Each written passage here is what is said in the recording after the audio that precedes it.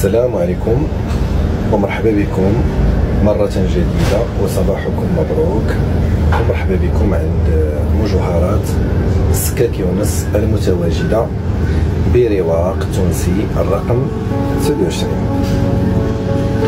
اليوم كالعادة جيت نوريكم واحد الطابلو ديال الخواتم آخر ما كاين مع إظهار الأثمنة. الطابلو ديال الخواتم هو هذا. قبل ما نخليكم تمعنوا في هذا الطابلو هذا،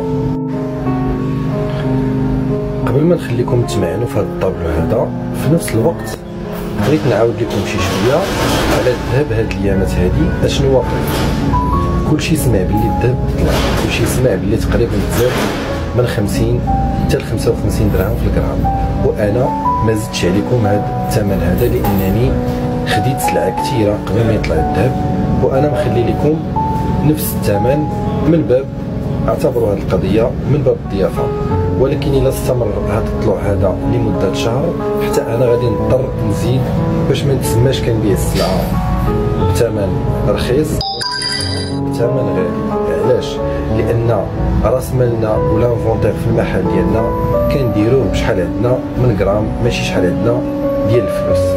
الا عندك فلوس كثيره والغرامات قلال لان الذهب طلع راه كتسمى خاسر. الا قارنتي الغرامات بالغرامات ديال العام الفايت فاش كدير لانفونتير او كتحسب الزكاه.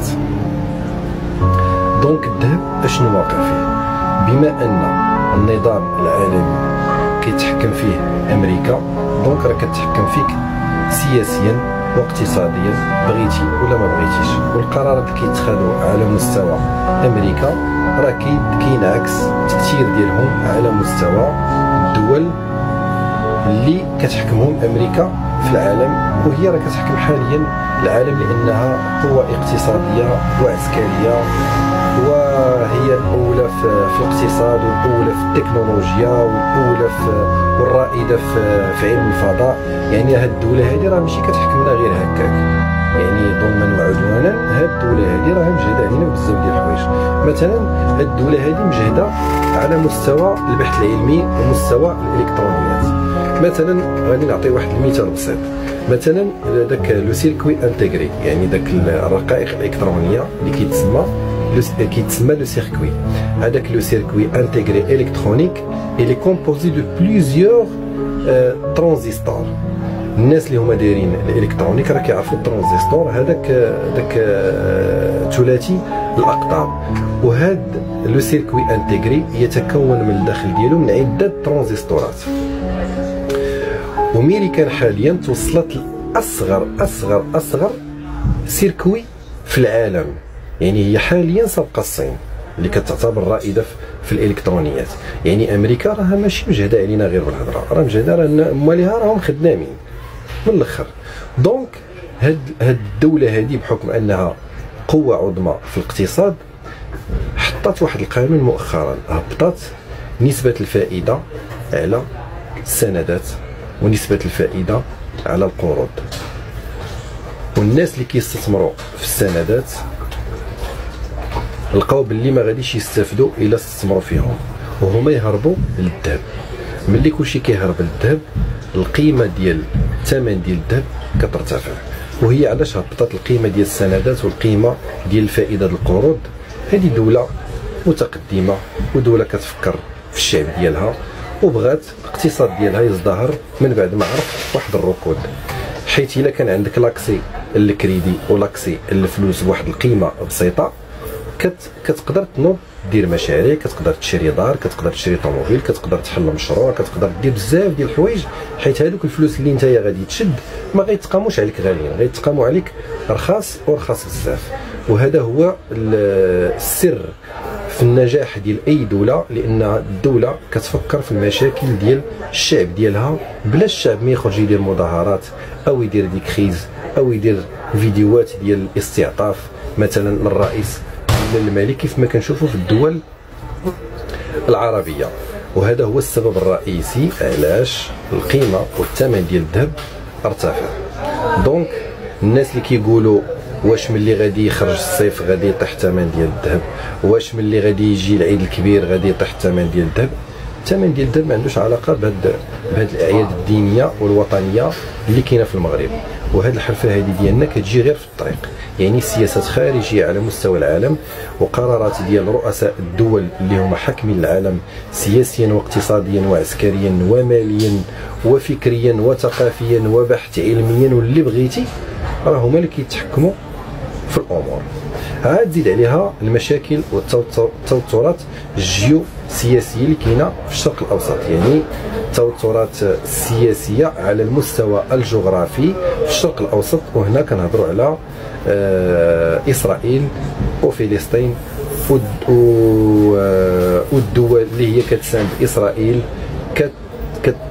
كتدخل في توتر مع الدول العربيه اللي هي كتساند فلسطين، سواء صراحة أو سواء يعني في الكواليس، من خلال التوترات اللي كتكون في هذيك المنطقة والتوترات اللي كتنتج عليها على مستوى الدول العربية. وهذا الشيء عنده علاقة بالاستثمارات، لأن الاستثمارات دائما كتمشي للدول اللي كتميز بالاستقرار السياسي والاستقرار الأمني. وهذا المشكل هذا اللي واقع في الشرق الاوسط راه كينعكس سلبا على الاستقرار في الدول العربيه، حيث في اي لحظه تقدر تفرقع شي حاجه شي قنبله على مستوى الاستقرار والشعب يثور. وهذا الشيء كيرجع سلبا على الاستثمارات وعلى لي زانفيستيسمون اللي دايرين، سواء الناس سواء الاجانب سواء الدوله سواء الدول العظمى. وهذا الشيء كامل اللي قلنا يؤدي اخيرا الى ارتفاع ثمن الذهب. وكنعاود نذكر ان مجوهرات سكاكنس راه ما زادش الثمن ديال الذهب، راه زادت 55 درهم في الغرام. انا راني مازال ما زدتهاش، دونك استغلوا كما خلى هذاك الاوديو اللي كيدور في التيك توك، ديبيشيفو ديبيشيفو ديبيشيفو. نخليكم دابا مع الاثمنه اللي ولينا كنبينوها في السلعه ديالنا من باب الشفافيه والوضوح. وبغينا هاد العتبه هادي تولي عتبه ديال الامان والضمان، وبغينا نستركتورو لو طرافاي ديالنا. تجي تاخذ فكره على الوزن، تاخذ فكره على الثمن، كلشي مكتوب كلشي واضح قبل ما تجي للمحل. دونك كتجي وانت مرتاح. هذاك الثمن للجميع، كانك داخل لشي غران سيرفاس سوبر مارشي كبير، مكتوب الاثمنه على السلعه. عجبك الثمن خذ، ما عجبكش الثمن شوف اللي يناسبك. الا جاك الثمن غالي راه ماشي غير ليك، راه الثمن للجميع. الا كان الثمن رخيص راه الثمن للجميع. دونك هنا دماغك تيتهز من منطقه الخطر وكيتحط في منطقه الامان ملي كتكون كتشري. حنا نفس الفكره ولات عندنا وتبنيناها وطبقناها باش انت سيدتي وانت سيدي تجي تقدم من عندنا الذهب مرتاح مع راسك. واللي عنده شي فلوس يحولها ذهب، راه الذهب راه غادي يطلع وغيفوت هاد المستويات ديال 3600 دولار اللوقيه. نخليكم دابا مع الاثمنه ديال هاد الطابلو الجديد. هانتوما شوفوا معايا تبارك الله هاد الموديلات. غنحاول نقرب شي شويه.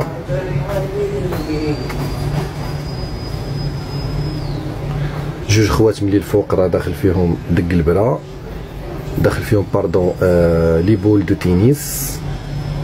هاد الكويرات تبارك الله من نهار خرجوا لقاو واحد النجاح كبير. اي موديل كيدخل فيه الكويرات ديال الذهب كيتباع بحال البتي بان. الاثمنه راه هي اللي كتبان. الفوق عندنا 3600 وعندنا 2000 درهم. هذاك اللي حداته هو 2000 درهم. هذا ديال الفان كليف 2900 درهم.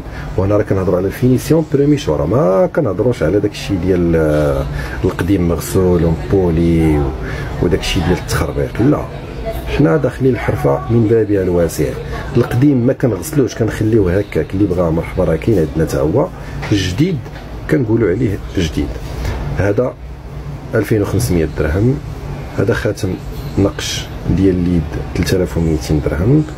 هذا تبارك الله شوف ديك الهندسه اللي داروا فيه 2700. هذا خاتم ديال الكلاش ما دايرش كله 2800. دق البرا 2500 محبوب الجماهير. هذا ديال لاغوش ديال 4300 خاتم صحيح ومطروز من الداخل ريزينغ. هذا ديال لاغوش رقم منه داير 3050 درهم. هذا ديال لاغيج داير 3050 درهم بحالو في الوزن، هذا حتى هو 3000.